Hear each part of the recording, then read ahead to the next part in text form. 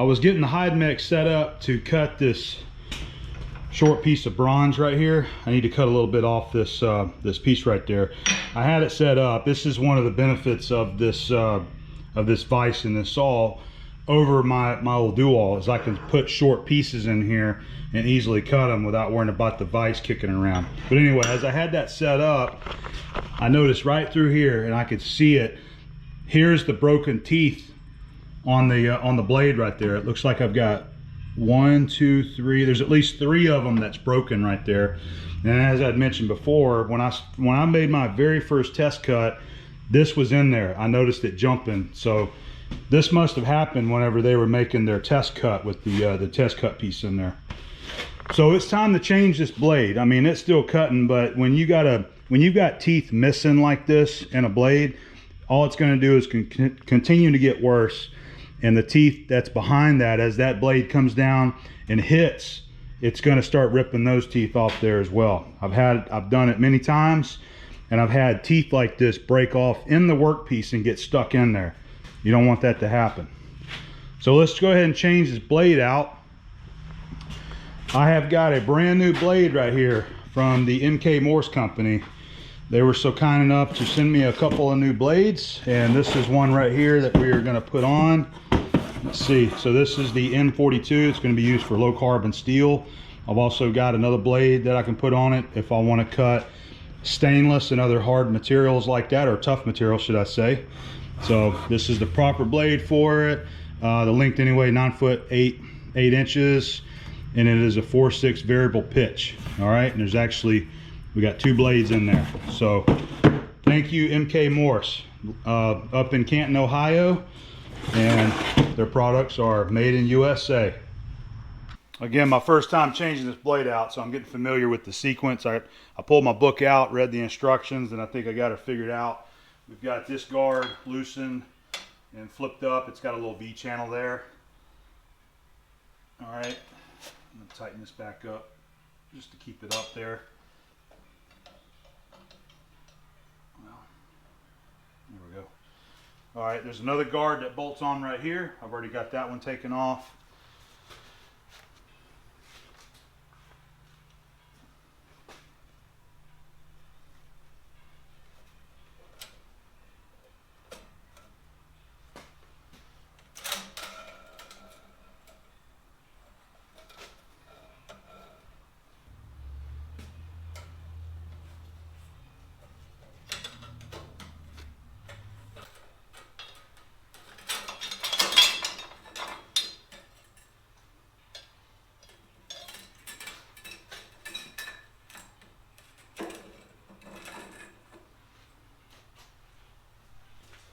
There's our new Morse, MK Morse M42. It's going to be a little tricky first time going in there, even though I read the book. It's still a little, the book makes it sound really easy. And maybe it is, but we'll find out. I believe it was saying, let's see here. Install the front wheel guide first. Hold that up in there and see if I can get it started. Go to the blade guide.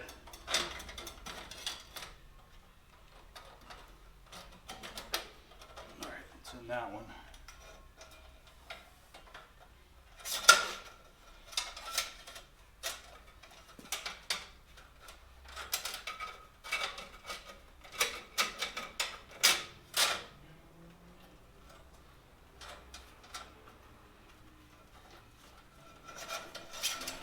Man, the wire wheel is in the way here.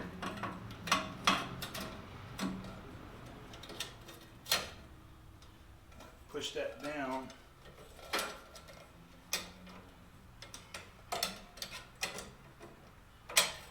There we go. All right, there we go. Now it's up in the guides here.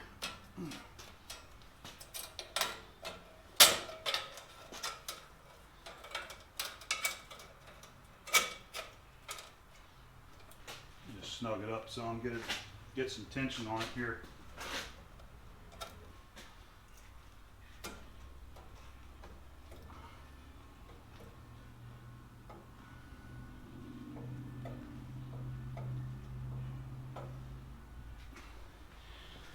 We got about maybe a little over half of what it's supposed to have, and that should hold it in place. And then once you fire it up, it'll instantly center itself up on there. So I'll go ahead and put the two guards back on here and close it up. This has a micro switch on the back, so the cover has to be down before the machine will turn on. So finish that out and we'll bring it back. Got her all buttoned up. I like here on the saw, it actually gives you the dimensions of the blade in case you need to reorder and you don't remember how long the blade is. Mine's 116 inches long. All right. And then it also gives you right here your specs on how what the pressure should be at on the blade tensioner up here, and 70 psi. I've got it to about 50 right now, and I want to go ahead and start it up, and then I'll finish tightening it up to 70.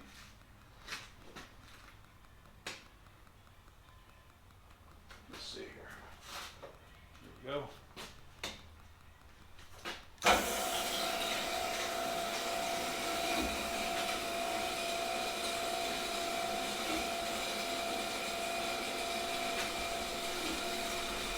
Okay, no crashes, so it looks like we had a good install. You can see our pressure gauge. I'm going to go ahead and tighten it up.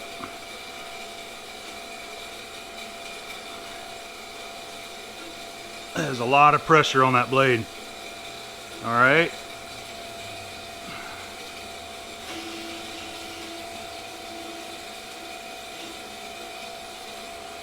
We're almost to 70. It's maybe 66 or so. I'm gonna leave it right there. That is tight. See, if I go any more, I can hear it start singing. Maybe that's what it's supposed to do, but we're gonna leave it right there where it's at. So let's talk about breaking in a new blade. We haven't discussed that before. I'm gonna go ahead and take this piece of stock right here, this 3-inch cold rolled, and we're gonna cut it. We're gonna break the blade in, and we're also gonna do a test on it to see how straight it's cutting, because the last time I showed everybody that, I had a lot of people complaining that I didn't do it right. So we're going to do it right this time. We're just going to cut, you know, about 1/8 of an inch off that piece right there. Go ahead and get it in there. What we're going to do is we're going to cut this piece, okay? And then when we cut it, we will rotate the material 180 degrees, make another cut, and then we'll take the disc and we'll measure it and see how parallel the cut is there. And I will point out that if the blade is cutting a little bit crooked, you can actually adjust the saw guide head right here. Use a machinist square up against the blade, and then you've got a series of set screws up inside the saw blade guide, and you can turn this thing one way or the other if you need to adjust the straightness. So we're going to go ahead and we're just going to cut that right there, right where we're at. Let me get the vise tight and go ahead and start it up. So I'm going to feed it about right there. So what you want to do when you want to break in your new blade is you want to run it for about 20 minutes in whatever material you're cutting. So we're cutting steel, and use about half of your feed rate that you would normally use under normal cutting. So if I'm cutting a lot, this thing would probably be already up to 1 or past 1. I've got it down to about, it's on the 3/4 line, okay? So I'm gonna look at my watch right there, and it's 3:15. Gonna see how long this takes to cut, but you wanna just cut about, you wanna put about 20 minutes on the blade at about half of your normal feed rate.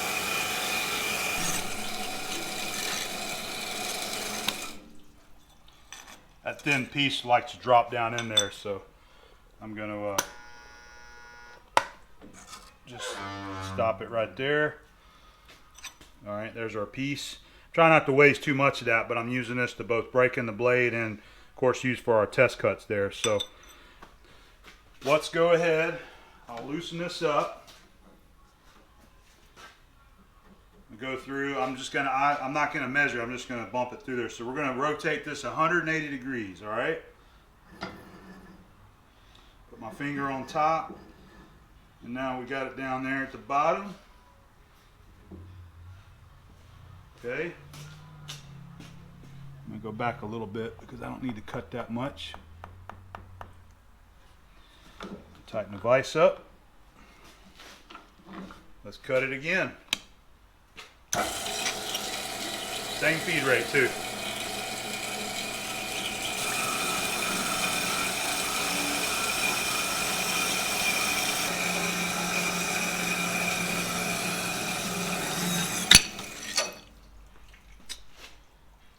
Where'd it go? Oh, it's down there. Problem with cutting that thin stuff like that, them thin discs. All right, it fell down in the bottom here. All right. There's our test piece right there. Get it cleaned up and we'll measure it out. All right, there's our test piece that we just cut right there. And I've just got some digital calipers that we're going to use to do a measurement. So there's the burr from the bottom of the cut indicating the bottom. We'll go ahead and measure that right there and see what we're getting. So can you see that? About 117, 118. I'm not squeezing it hard. I'm just trying to get a good measurement there. So about 118. We'll rotate it 180 degrees and see what we get. 121. Make sure we're doing that right in the right spot there. 120. Let's just call it 120. So how about that for your parallelism? That's not bad at all. A few thousandths. We'll take that across 3 inches too. So I'm going to go ahead and fire it up, and I'm going to cut a couple more of these just to put some more break-in time on the new blade there. I've got a small project that I'm going to jump on and get done for Mr. Merrill Preston. I met Merrill at the Florida Flywheeler show this past February at that show, and he is working on a personal restoration project for himself. It's a marine engine telegraph. And that's those components you see in the ship's wheelhouse that they actually turn it to whatever speed that they want the engine to run at. And I know it sends it down to another one in the engine room, and the guys read it and adjust the speed of the engine. That's I guess that's my quick and dirty overview of what a marine engine telegraph is. So sorry if I botched that up.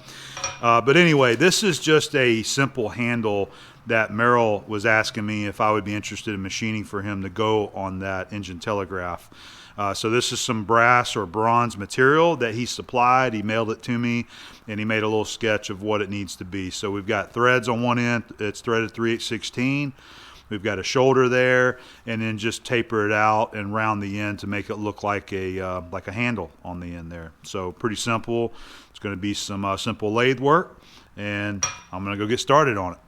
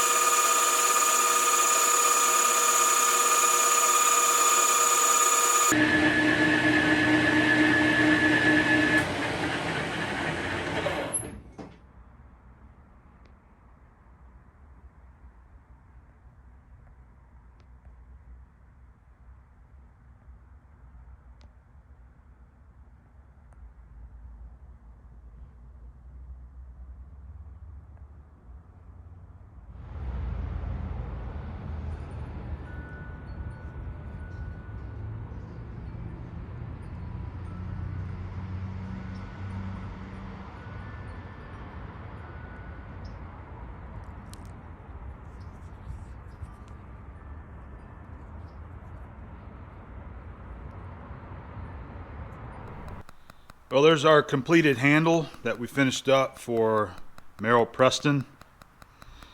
It turned out pretty good. We've got the threads machined to tolerance there on your pitch diameter, so it should screw into the hole no problem. And then grabbing the print there, you can see that it looks like it matches up pretty good.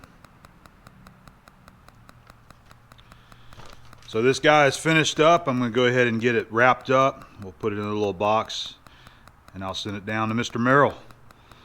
This was actually a pretty fun little project to make, and it's nice knowing that it's going to be going on a piece of equipment that's being restored to preserve for future generations. I have got a new indexable end mill here that I'm going to be trying out. This is another Tungaloy. This is the Tung Force Rec cutter. 1/2 inch diameter with the 1/2 inch diameter milling head there. It takes 3 inserts.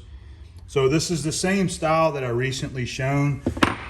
This guy right here, we did a little testing with this, and this is it's the same style, but it's a little bigger.